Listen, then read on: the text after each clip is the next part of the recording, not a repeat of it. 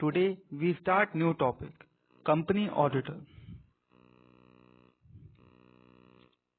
Today we will cover following topics: appointment of auditor, companies which are required to appoint auditor, qualification of auditor, disqualification of auditor, casual vacancy, removal of auditor, resignation of auditor, remuneration of auditor, branch auditor, auditor not to render certain services, and cost auditor. C. Auditor can be appointed by a company which is new incorporated and by the company which are already in existence. So, in a new company, the appointment of auditor is called appointment of auditor under section 139 subsection 6. And there is a difference between appointment of auditor in a government company and in all company other than government company. So, appointment in the government company is done by CAG within 60 days of incorporation. If CAG fails, then board of directors will appoint auditor in next 30 days. Remember, here BOD means board of directors. If board of directors fails, then the members appoint the auditor in next 60 days in an extraordinary general meeting. In case of all other company, auditor is appointed by the board of directors within 30 days from the date of incorporation. If board of directors fails, then auditor is appointed by members of the company in next 90 days. Members here means shareholders. Note, the first auditor will hold office from the date of appointment till the conclusion of the first annual general meeting. Appointment of subsequent auditor. In case of government company, CAG appoints auditor in annual general meeting. If CAG fails to appoint subsequent auditor, then CAG has to appoint in next 180 days. Whereas in case of all other company, auditor is appointed by members of the company in the annual general meeting. Tenure of subsequent auditor. If individual is appointed as an auditor, then he will hold office from the first annual general meeting to the sixth annual general meeting. That means it is a term of 5 years. Whereas if a firm is appointed as an auditor, as a subsequent auditor, then it will hold office from the first AGM till the conclusion of the 11th AGM. That is the 2 terms of 5 years. Note, the appointment of auditor is need to be approved by the passing special resolution at every annual general meeting. If this special resolution is not passed by the members, then auditor will not be reappointed. If a person completes 5-year terms in of organization, that means if auditor has served 1 term of 5 years or a firm has served 2 terms of 5 years, then they will not be reappointed in the same organization or any of its sister concern for the period of next 5 years. There will be a cooling off period of 5 years. Companies which are required to appoint auditor. See, if the company is listed, then it is mandatory to appoint auditor. Public company which is unlisted, then they have to appoint auditor when there is share capital of 10 crore or more. If it is a private company, then the paid up share capital is more than 50 crore, then they have to appoint auditor. In all other companies, other than these 3 companies, if their net borrowing is more than 50 crore from the public institution, then they have to appoint an auditor. Qualification of auditor. If an individual is appointed, then he must be a member of ICAI, and if here will be a firm. If a firm is appointed,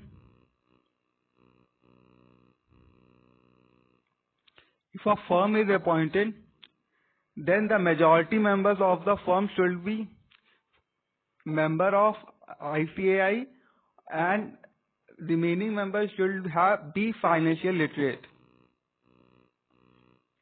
Disqualification of auditor is mentioned under section 141(3).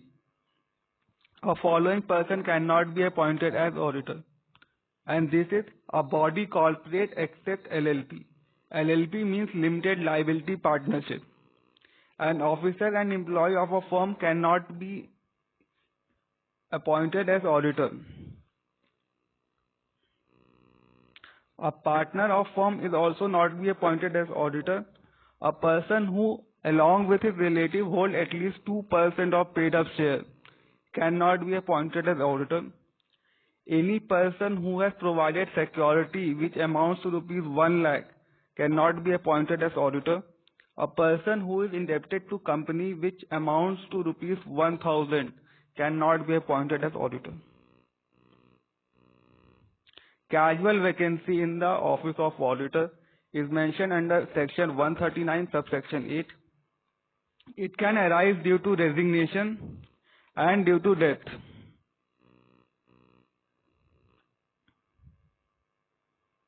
In case of government company, any vacancy arising in the office of auditor of government companies, it shall be filled by CAG within 30 days from the date of vacancy. If CAG fail, then BOD can fill it in next 30 days. In case of all other company, when vacancies arise by due to death, such vacancy is filled by board of directors within 30 days from the date of vacancy. Such vacancy filled by board of directors must be approved by the members within next 3 months from the date of filling of vacancy.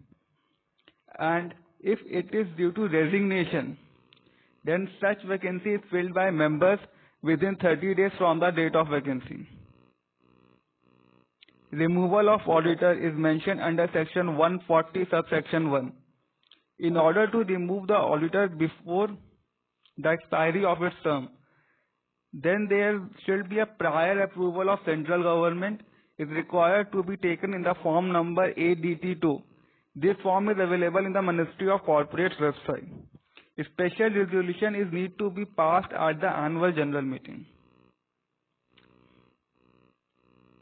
Designation of auditor under section 140 subsection 2. If an auditor has resigned from a government company, then he should intimate the CAG and as well as company within 30 days from the date of resignation in the e-form number ADT3. It is also available on Ministry of Corporate and Affairs website. In case of all other companies, the auditor, if auditor resigns, then he should have to inform registrar of company and company within 30 days from the date of resignation. Note: if auditor fails to intimate about his resignation to the concerned person within stipulated time period, then in that case a penalty of 25,000 rupees shall be imposed and it can be extended to 5 lakh rupees. This is a penalty for not informing the correct person about the resignation of auditor. It is imposed on auditor. Remuneration of auditor. Here should be auditor.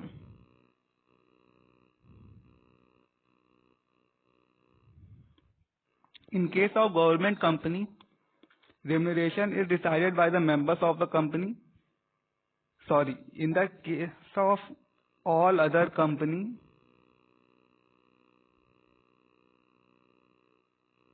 it is decided by the members of the company. In case of government company,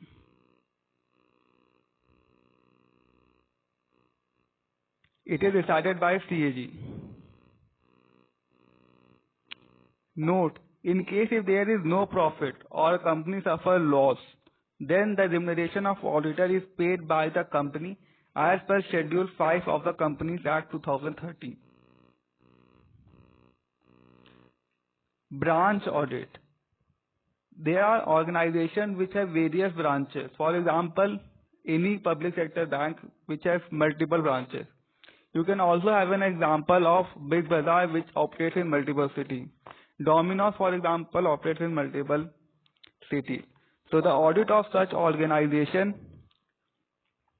we will see in this area. It is mentioned under section 143 subsection 8.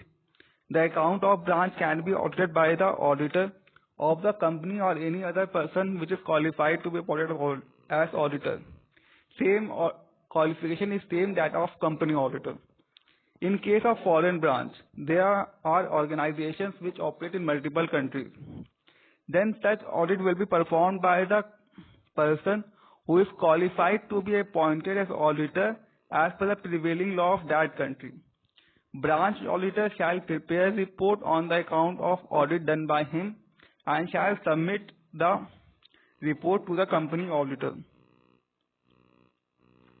Auditor not to render certain services. These are the services which auditor shall not render to the company. These are accounting and bookkeeping, internal audit, design and implement financial information system, investment banking services, management services, rendering of financial services. Cost auditor. Cost audit is mentioned under section 148. If a company is engaged in manufacturing activities, then at any time central government can give order to conduct cost audit. Such person appointed must be a member of ICWAI, that is Cost and Work Accountant of India. They are appointed by Board of Directors. Their remuneration is decided by the members. They follow cost accounting standards for doing cost audit. Qualification and disqualification will be same as financial auditor and submit report to Board of Directors. Within 30 days of receipt of the cost audit report, Board of Directors will send it to central government because central government has asked that. And even central government can ask any additional information. Cost audit report is to be maintained in form number CRA 3 and records related to cost audit shall be maintained in CRA 1. Appointment of cost auditor is done within 180 days from the date of commencement of financial year. And here we end this lecture. Thank you.